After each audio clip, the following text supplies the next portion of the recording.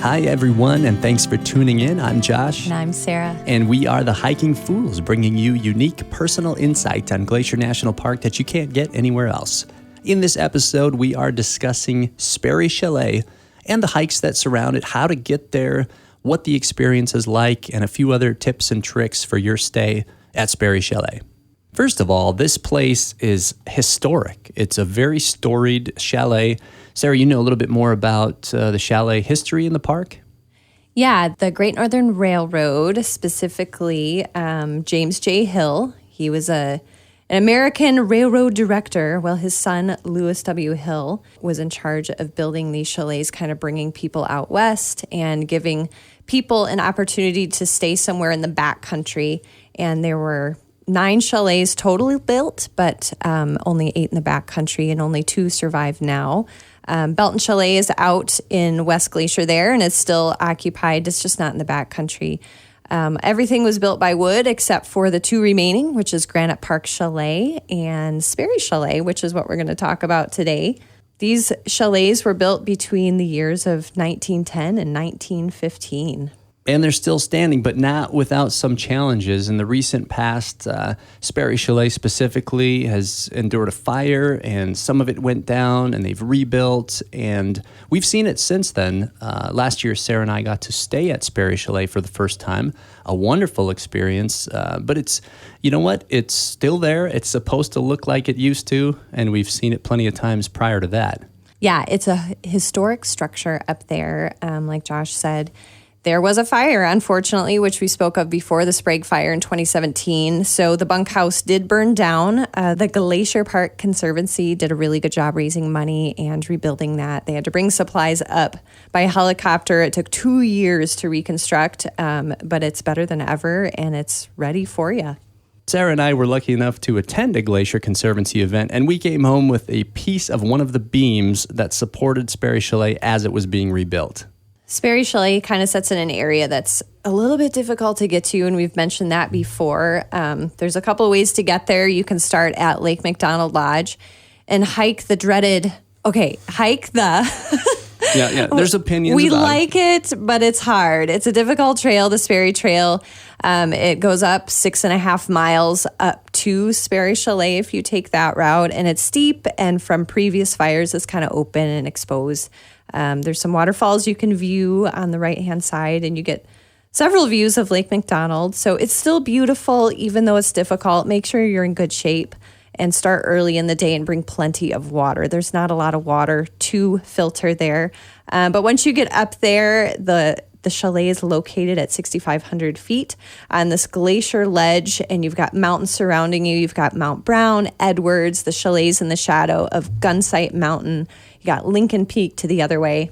And then you've got views down the West Valley there into Lake McDonald, and it's spectacular. And don't forget, there are, because of the conditions, the flora and fauna are abundant. I have a feast of huckleberries and thimbleberries on the way up that gets me there. And it's funny, you break out of the thicker vegetation and you find a great view of Sperry Chalet itself.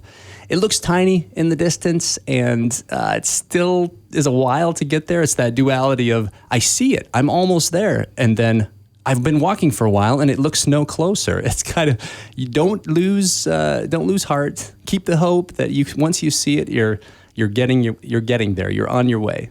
And there's another way there too. You can start at the Going to the Sun Road. It ends up adding some more miles, about 13.5 miles if you go that route. But you start at the Gunsight Lake Trailhead or the Jackson Glacier Overlook. And you drop down into the valley a little bit for a couple miles. You're full of huckleberries and thimbleberries, and some of the bushes are shoulder high, and make sure you're making a lot of noise for bears. You've got Reynolds Creek that runs through there and makes a beautiful scene. You can kind of take a little shortcut and dip your feet into the water, and it's so crystal clear. And then you hike up towards Gunsight Lake, and it sets in this little glacier cirque. You're surrounded by mountains. You got Jackson Mountain there.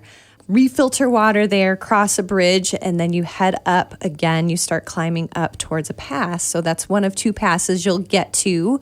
And so many great views at Gunsight Pass. We saw our first wolverine there last year. We've been looking and finally saw one. There's usually goats up there. There's a warming hut if you want to get out of the wind, because as most passes in Glacier Park, they're pretty windy. Once you peak that pass and drop down, you got amazing views of Lake Ellen Wilson. There's some backcountry campsites there. You drop down into that valley and then hike back up into another pass. You got Lincoln Pass, which is something incredible with their giant boulders. You got pikas squeaking at you. You got goats wandering around. It's something of another world. It is. The views are astounding, and the peaks surrounding it, some of them are easier, some of them are more difficult. Check out our other episodes to learn more about hiking and climbing those mountains. But as a summary, there are a couple of ways to get there, two main ways. One from Lake McDonald, 6.5 miles, 3,300 feet in elevation gain. The other direction is twice as far, 13.5 miles, and about a similar 3,800 feet of elevation gain. So you've got to be in shape, but Sperry Chalet provides quite a respite once you get there, and it's a terrific stay. We stayed last year, and let's talk a little bit about the accommodations. I mean, it's incredible. I tell you what, it's worth every penny. They serve you breakfast, lunch, dinner. Make sure you get there. If you're hiking up in the morning, get there by 6 p.m. That's when dinner is served. Otherwise, you're scrounging for little scraps. But they feed you well, and unlike Granite Park Chalet, you don't have to bring in your bedding, which is wonderful. They have your own private room with a double bed. They do have a couple rooms that have more than one bed. Not very many, though. You usually have your own private balcony. Some of them don't, but the views don't disappoint. You know, they have pillows and blankets and sheets. You have 2 hand towels. They give you a little lantern, so you have an opportunity to clean up. They do have restrooms there, composting toilets in an outside building that sits in between the bunkhouse and the dining hall, and they have a couple sinks on the outside of there of some running water. It's cold water, but a place to wash up. They have drinkable water there as well. It's always helpful to bring a filter, as we talked about before, when you're in the backcountry, just in case you don't want to get yourself in a situation. But it's so nice to be able to, like we said before, it's a hard hike to get there. It's difficult. And when you can stop and stay and just watch the sunset and know you don't have to hike out, because we've been there before where we've hiked by Sperry Chalet several times and we see people in there relaxing and they don't have to leave. And you know, you're able to buy stuff. They have snacks there. And if the dining room is open, they will feed you as well, but they accommodate their paid guests first. Pitcher of lemonade is kind of legendary there. Oh, it's ice cold and delicious in the middle of a hike. It is a 20-mile through hike, if that's your plan. And you can reserve Sperry Chalet. We need to talk about how to do this. And the cost for each individual guest, it's $300 approximately, and another $200 for accompanying guests. And you need to do this early. I mean, it's got to be at least 6 months in advance. And it's at sperrychalet.com. There are 17 guest rooms and accommodates about 53 people. And the meal is as legendary as they say. If you've heard anything about it, it's 5 courses. Each course is better than the last. And it finished with a triple chocolate cake. And I don't know how many extra pieces I was able to acquire. Yeah, I'm pretty sure you gathered everybody's chocolate cake at the table. And that's another thing, too. It's kind of a family style.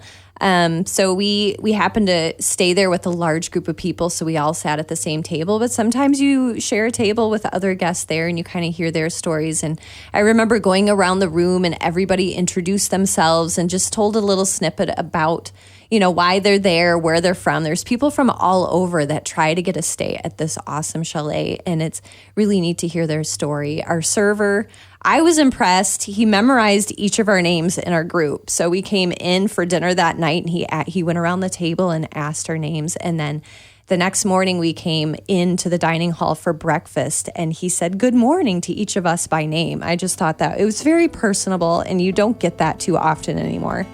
No, it was terrific. The people there are great. One other couple had brought their daughter. The parents met in the park years and years ago, just like Sarah and I did, and now they were sharing that with their daughter. The people make this place special.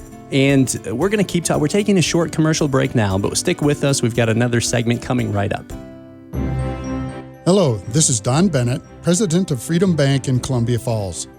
While the financial marketplace is in turmoil, rest assured that Freedom Bank has chosen a conservative business model that keeps the bank safe and secure. Rather than investing in Wall Street, Freedom Bank invests in our community. As a local lender rooted in the community, we pride ourselves on our reputation as a safe and secure community bank. Freedom Bank, we want to be your bank. Welcome back. We are the Hiking Fools, and we have been discussing Sperry Chalet and all things that surround it, how to get there, how to reserve, what you can do while you're there, which I'll talk about a little bit. There are a lot of adventures that kick off from Sperry Chalet. There's peaks surrounding it. We've climbed Mount Edwards from there. We've walked up Lincoln Peak. You can go to Como Pass and carry on to the namesake glacier. Sperry Glacier is attainable as a day destination from Sperry Chalet. Como Pass is terrific. I mean, it's further up and there's more elevation from there. You've got to be ready, but day trips from Sperry Chalet, they're all excellent. Yeah, Como Pass sits at about 8,000 feet, and from the chalet, it's about 1,500 feet elevation gain. But it kind of zigzags once you leave the chalet. It zigzags through this glacier drainage, and there's a ton of wildflowers. You even got a couple of tarns, some leftover glacier lakes there that are beautiful, and you've got some pretty unique stairs going up to Como Pass, and there's a little bit of history there.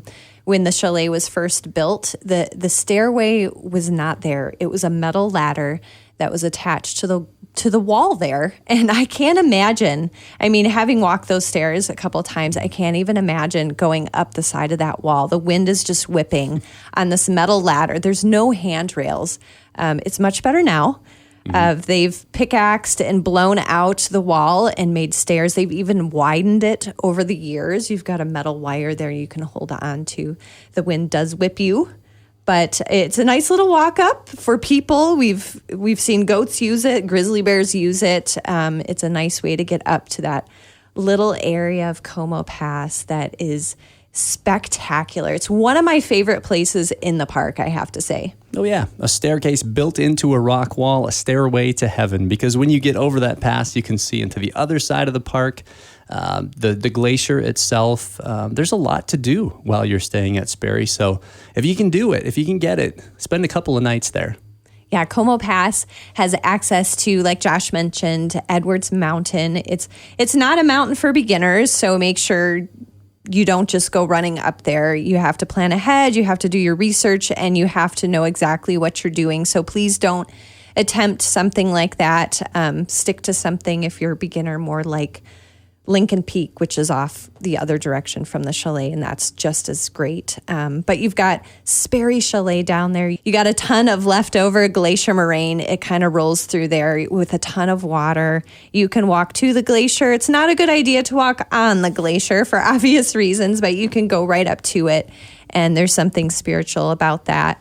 Just being close to a glacier, seeing history, you know, something that's been there for 1,000 years, the geology that's left over from that glacier where it used to sit is just amazing. A ton of mud ripples, different colored rock. Like I said, the glacier pools are as turquoise as ever. You can see towards Logan Pass. You can see towards, up above, as we mentioned before, Sperry Chalet. Down below is Avalanche Lake. We talked about that. You know, Sperry Chalet or Sperry Glacier feeds Avalanche Lake. So all those cascades coming down, now you're above there. And so that's kind of cool to see Floral Park down below. Yeah, so really, we're talking about this because when you think Glacier National Park, this is the place that you picture. It's on a ledge, it's in a cirque, there's glaciers and peaks around you, there's vegetation, you can get access to all different parts of the park. Sperry Chalet is a terrific viewpoint and starting place to explore further into the backcountry of Glacier National Park. Yeah, it was built between the year of 1912 and 1913. It officially opened in 1914. So like we said before, there's a lot of history there, and so that's kind of neat to think about. You know, some folks a long time ago going up there and staying at the chalet. There, like I said before, there are campsites too. There's 4 little campsites. You have to reserve them through the NPS website. So the trail is really difficult, as we said before. So if you're not feeling up for the challenge, which is fine, you can rent a horseback trip, which we've mentioned before. right there at Swan Mountain Outfitters, located at the trailhead, actually, near Lake McDonald Lodge. And you can take a trail ride up there and they can drop you off and you don't have to hike it at all. And you can sit there and enjoy the view and soak it all in. And we do know that we're talking to all kinds of people, all types of hikers, different experience levels. And so it's just great that there are different ways to reach Sperry Chalet and that it's an experience that's accessible to everyone. You can also go in sections. Let's say you don't want to hike the entire 11 or so miles from the other direction, the Going to the Sun Road. They have backcountry sites at Gunsight Lake, and then you can move on and you can camp. There's 4 sites at Lake Ellen Wilson before you come up to Lincoln Pass and drop down to Sperry Chalet. So you can break it up into a couple nights. You just need to reserve backcountry sites ahead of time, and that's a bit of a process too, but it's definitely doable, and it's worth it if you don't want to do all those miles either direction. We did get to stay overnight at Gunsight Lake, which is a fabulous view and a nice place to stay. There's a little wildlife for sure in there. Be prepared to see some bears. We had deer walk right through our site. Wildlife is abundant because you're traversing so much of the park. And as usual, make sure you have your bear spray out. You know what to do. Everyone in your party knows how to react if you do encounter a bear. And always pack in, pack out. And it's the same at Sperry Chalet. They want you to, anything you pack in, you need to take out with you because it's a bit of a process for them. They have mules twice a week come up and take down all the dirty laundry, all the garbage, all the recycling, to make sure that there's nothing left behind. Because in the beginning, there was a bit of a controversy between wildlife and humans, and it wasn't always, let's be careful around wildlife. They used to have chamber pots in all of the rooms at Sperry Chalet, and there were people responsible to take those out, and they would just dump them over the cliff. And you can't do it. It was the same with food scraps as well. They were just relying on wildlife to take care of that.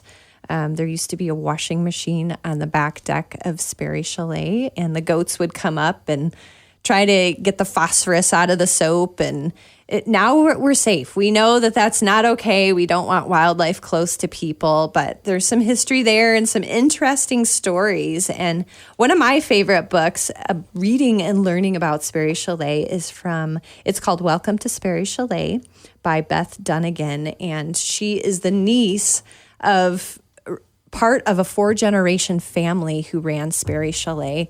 And she kind of tells her story growing up there for multiple seasons and the next generation to follow, and some great history, some great stories, and I highly recommend it. It is. There's such a neat history here at Sperry Chalet, and there are a couple of ways to get there to kind of summarize. You can come in either direction, up from Lake McDonald or from the other side going to the Sun Road past Jackson Mountain and the overlook there. You've got to reserve early. It's 6 months in advance, and it goes like that. It's $300 a person and $200 for each additional guest, so make sure you budget for it, but it's an experience of a lifetime. There are plenty of peaks right around to climb. We'll talk more about those in future episodes, and we've done a few of them. Glacier National Park, there's a lifetime's worth of exploration there, and so we're still getting to some things, but staying at Sperry Chalet was definitely on our life list, and last year we got to do it. We just had such a great time. There's plenty to do while you're there. Interesting things to see. If you want to hit a glacier, you can do that. You can see it. Like we said before, the staff up there, they take really good care of you and just make you feel right at home. I feel like hiking up to Como Pass, that's a whole day trip in itself. You could explore around up there. You could hike back up to Lincoln Pass and drop down in there a little bit, go swimming at Lake Ellen Wilson if it's a hot day. There's just so much to do and explore. And I remember the sunset there on Lake McDonald sitting on the deck. They've got board games inside the dining hall and activities for you to do. Grab a deck of cards, take a board game out on the big slabs of stone out there and enjoy the evening. Sperry Chalet is just one of our favorite places. We've been here with family. We've been there with friends. We've gotten to stay over finally, the experience of a lifetime. The hikes to get there are challenging, but beautiful. There are peaks to climb around at varying experience and skill levels. Como Pass is a must-see. Sperry Glacier is a must-see, and we've just had such a great time. We saw our first wolverine on a snowfield, as Sarah mentioned, and we've tasted the fruits of the chalet and the kindness of the people, and we can't wait to go back. And I just really love the history that kind of surrounds this chalet. Like we talked about before, it was, built in the early 1900s, and then it burnt down in 2017, and it was kind of a sad thing. But the way that they rebuilt it using the masonry around the area in that glacier cirque, they use the stone that's lying around that you see that you're walking on to rebuild this, and they made it look like the original structure. If the walls of these facilities could talk, the stories that they would tell. You've got what you need now to head up and enjoy the Sperry Chalet. You know how to get there. You know what it takes. You know the appeal of it, the draw of it, and we've just loved being able to share that with you. We'll see you up there maybe someday, and tune in for future episodes as we talk about hikes further up the west side of the park toward Logan Pass. And remember to follow the podcast on Apple or Spotify. I'm Josh. And I'm Sarah. And we are the Hiking Fools, encouraging you to always go.